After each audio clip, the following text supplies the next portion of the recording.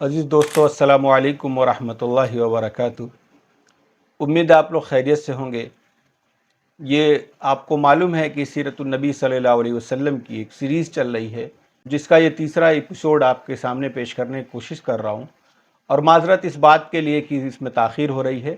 میری کوشش ہے کہ ہر دوسرے دن یہ سیریز کا حصہ آپ تک منتقل ہوتا رہے، کیونکہ یہ سیریز لمبی چل سکتی ہے اور گیپ ہونے پر آپ کی توجہ ہٹ سکتی ہے۔ اس لیے میں یہ کوشش کر رہا ہوں کہ جلد سے جلد اس سیریز کو آپ کے سامنے لے آؤں۔ بس آپ سے گزارش یہ ہے کہ آپ سلسلے وار اس سیریز کو دیکھتے رہیں، اپنے بچوں کو دکھاتے رہیں، اپنے گھر میں تمام افراد کو دکھاتے رہیں، اور میرا یہ ارادہ ہے کہ میں انشاءاللہ اس سیریز کے مکمل ہونے کے بعد ایک کمپٹیشن آن لائن کرواؤں گا، جس میں آپ سے گزارش ہے کہ اپنے بچوں کو آپ تیار کرائیں تاکہ وہ لوگ اس کمپٹیشن میں حصہ لے سکیں۔ پہلے ایپیسوڈ میں نے بات کی تھی کہ سیرت النبی صلی اللہ علیہ وسلم کا مطالعہ کیوں کیا جائے، اور دوسرے میں نے بعثت سے قبل جو ہے عرب کے جو حالات تھے سیاسی، اس پر میں نے بات کی، اور ان کی خصوصاً عرب اور مکے کے جو حالات تھے اس کی اخلاقی صورتحال، سیاسی صورتحال کے تعلق سے میں نے بات کی تھی۔ اگر آپ نے وہ ویڈیو نہیں دیکھی ہو تو میں ڈسکرپشن میں اس کا لنک دے رہا ہوں، آپ ضرور اس کو دیکھیں تاکہ جو ہے سلسلہ آپ کا منقطع نہ ہو سکے۔ آج انشاءاللہ میں اس ایپیسوڈ میں بات کرنے جا رہا ہوں کہ محمد صلی اللہ علیہ وسلم کی جو پیدائش ہوئی، جس گھرانے میں پیدائش ہوئی ہے ان کا سلسلہ نسب کیا ہے محمد صلی اللہ علیہ وسلم کا، اور جس گھرانے میں ان کی پیدائش ہوئی ان میں کچھ بزرگوں کے جو کارنامے ہیں ان کا ذکر کروں گا۔ محمد صلی اللہ علیہ وسلم کا سلسلہ نسب جو بیان کیا جاتا ہے وہ اس کے تین حصے ہیں، ایک تو عدنان تک، دوسرا اسماعیل علیہ السلام تک، اور تیسرا آدم علیہ السلام تک۔ تو آپ دیکھیں گے علماء اکرام کا بھی کہنا ہے، اور ایک ابن عباس کی روایت ہے رضی اللہ تعالیٰ عنہ کی کہ اللہ کے رسول صلی اللہ علیہ وسلم خود بھی جب اپنا نسب بتاتے تھے تو عدنان سے اوپر نہیں بتاتے تھے۔ اور آپ سیرت کی کتابوں میں دیکھیں گے تو محمد صلی اللہ علیہ وسلم کا جو سلسلہ نسب ہے وہ حضرت آدم علیہ السلام تک لکھا ہوا ہے۔ عدنان تک تو جا کر کے سب کا پرفیکٹ ہے، یعنی اس میں تمام لوگ متفق ہیں، لیکن اس کے اوپر جو نسب ہے اس میں اختلاف ہے۔ حضرت اسماعیل علیہ السلام تک اور اس کے بعد حضرت آدم علیہ السلام تک بھی اس میں کافی اختلاف پایا جاتا ہے، تو اس لیے جو میں بیان کروں گا یہاں پر وہ صرف عدنان تک بیان کروں گا۔ یہ محمد صلی اللہ علیہ وسلم محمد بن عبداللہ بن عبد المطلب بن ہاشم بن عبد مناف بن قصی بن کلاب بن مرہ بن کعب بن لوئی بن غالب بن فہر بن مالک بن نضر بن کنانہ بن خزیمہ بن مدرکہ بن الیاس بن مضر بن نزار بن معد بن عدنان، یہ سلسلہ نسب ہے اللہ کے رسول صلی اللہ علیہ وسلم کا۔ آپ جانتے ہیں کہ اللہ کے رسول صلی اللہ علیہ وسلم دنیا میں سب سے زیادہ عالی نسب میں پیدا کیے گئے ہیں، ان سے اچھا نسب کسی کا نہیں رہا ہے۔ قبیلہ قریش میں کئی چھوٹے چھوٹے شاخیں تھیں، خاندان تھے، 10 سے زائد، جس میں بنی ہاشم میں اللہ کے رسول صلی اللہ علیہ وسلم کی پیدائش ہوئی۔ پیدائش کی جو تاریخ ہے اس کے بارے میں اہل سیر کے ہاں اختلاف پایا جاتا ہے۔ بہت سارے لوگ اس کو 12 ربیع الاول کی تاریخ بتاتے ہیں، اور بہت سارے لوگ جو ہے 9 ربیع الاول کی۔ آپ جانتے ہیں کہ جو میرا موضوع اور ٹاپک ہوتا ہے اس میں کسی بھی اختلافی بات کو موضوع نہیں بنایا جاتا ہے، اس لیے وہ آپ کے اوپر میں چھوڑتا ہوں، آپ جس کو صحیح سمجھتے ہو اس کو آپ مانیں، یہ کوئی عقیدہ کا مسئلہ نہیں ہے۔ دوسری چیز کہ جو عیسوی کے حساب سے تاریخ ہوتی ہے اس میں ایک بات میں ضرور عرض کرنا چاہتا ہوں کہ بعض لوگوں نے 22 اپریل سن 571 لکھا ہے، اور دوشنبہ کا دن تمام لوگوں کے ہاں بالاتفاق پایا جاتا ہے، اس میں کوئی اختلاف نہیں ہے۔ لیکن جو 22 اپریل ہے، کسی نے 22 اپریل لکھا ہے، کسی نے 20 لکھا ہے، تو اس میں 20 کے ساتھ ہی کھڑا ہوں، کیونکہ میں نے گوگل سے کیلنڈر کھولا سن 571 کا، تو 20 تاریخ کو ہی منڈے ہے، 22 کو منڈے نہیں تھا، تو اس لیے میں اس بات تک پہنچا ہوں کہ 20 اپریل 571 دوشنبہ کے دن صبح کے وقت اللہ کے رسول صلی اللہ علیہ وسلم کی اس دنیا میں آمد ہوئی۔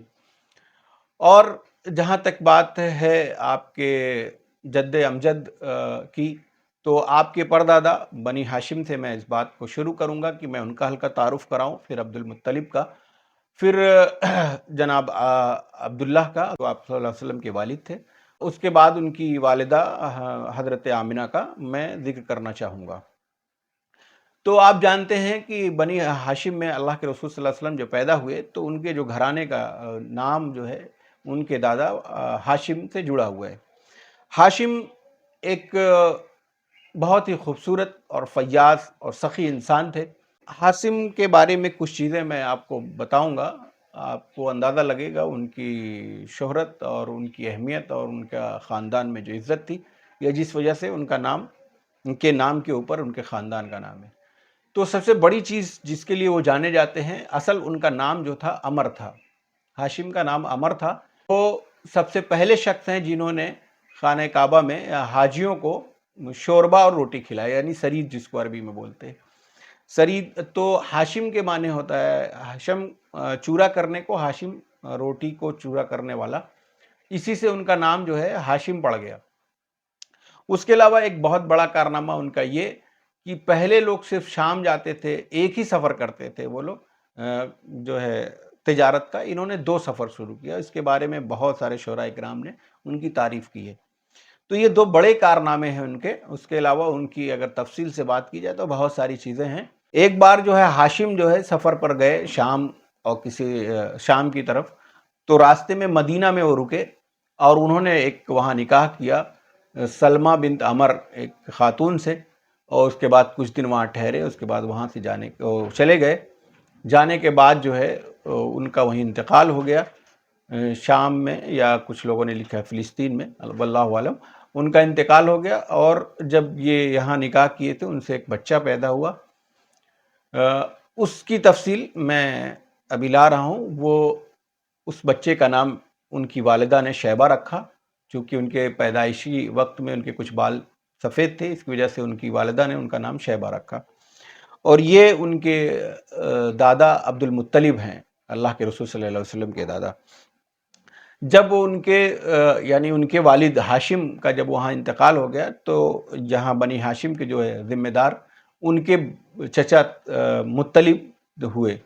اس کے اپنے بھائی کے گزر جانے کے بعد پورا وہ حاجیوں کی دیکھ بھال اور یہ پانی پلانے والی جو روایت، اس کو زندہ رکھا۔ اس کے بعد کچھ دنوں کے بعد ان کو معلوم ہوا کہ ہمارے بھائی ہاشم نے سفر میں جاتے وقت مدینہ میں نکاح کیا تھا، جس سے ایک بیٹا بھی ہے۔ تو ان کو ایک خیال آیا کہ وہ جا کر کے اپنے بیٹے کو، یعنی اپنے بھتیجے کو واپس لے آئیں۔ تو وہ گئے ان کو واپس لینے کے لیے۔ اس وقت ان کی عمر تقریباً 8 سے 10 سال کے بیچ ہو گئی چکی تھی۔ تو انہوں نے جا کر کے کہا کہ میں اپنے بھتیجے کو لینے آیا ہوں، اور سے ملے عبد المطلب، جن کا اس وقت نام شیبہ تھا، ان سے کہا بیٹا میں تم کو لینے آیا ہوں، میں تمہارا چچا ہوں، اور تم چلو اپنے گھر۔ تو انہوں نے کہا میں امی کی اجازت کے بغیر نہیں جاؤں گا۔ تو جا کر کے انہوں نے سلمہ سے بات کی، اپنی جو ان کی بھابھی لگیں گی ان سے بات کی۔ انہوں نے کہا کہ میں اس کو لے جانا چاہتا ہوں، وہ اجازت نہیں دے رہی تھی۔ تو انہوں نے کہا کہ میں اس کو لے جاؤں گا، یہ اپنے باپ کی جگہ اس کا بنی ہاشم کا سردار ہوگا، قریش کا سردار بنے گا، اور جو ہے جتنی ذمہ داریاں سرداریاں اس کے ہاتھ میں آئیں گی، اور پلس یہاں وہاں رہے گا تو اپنے خاندان میں رہے گا، لوگ اس کو جانیں گے، اور ایک یہ وقت کا سردار ہوگا۔ تو انہوں نے کہا ٹھیک ہے، اگر ایسی بات ہے تو اس کو لے جائیے، اور لے کر کے وہاں سے چلے۔ جب وہ وہاں سے آ رہے تھے اور مکے میں انٹری لے رہے تھے تو شیبہ ان کا بھتیجا پیچھے بیٹھا ہوا تھا۔ تو پیچھے وہ بیٹھے ہوئے تھے، تو لوگوں نے جب دیکھا تو ان کو لگا کہ یہ غلام خرید کر کے لے آ رہے ہیں۔ تو لوگوں نے کہا کہ اب یہ عبد المطلب ہے، یعنی مطلب کا غلام ہے۔ یہیں سے ان کا نام جو ہے عبد المطلب پڑ گیا۔ لیکن انہوں نے کہا کہ نہیں، یہ میرا بیٹا، میرے بھائی کا بیٹا ہاشم کا، اس کا نام شیبہ ہے، لیکن وہ اسی نام سے مشہور ہو گئے عبد المطلب۔ تو عبد المطلب پھر کچھ دنوں کے بعد جو ہے مطلب کا انتقال ہو گیا، اور اس کے بعد جو ہے وہاں کی جو سرداری تھی وہ عبد المطلب کے ہاتھ میں آ گئی۔ عبد المطلب کے بے شمار کارنامے ہیں، اور کچھ ایک کا میں یہاں پر ذکر کروں گا، لیکن ویڈیو لمبی ہو رہی ہے، انشاءاللہ اگلے ایپیسوڈ میں اس کی بات ہوگی۔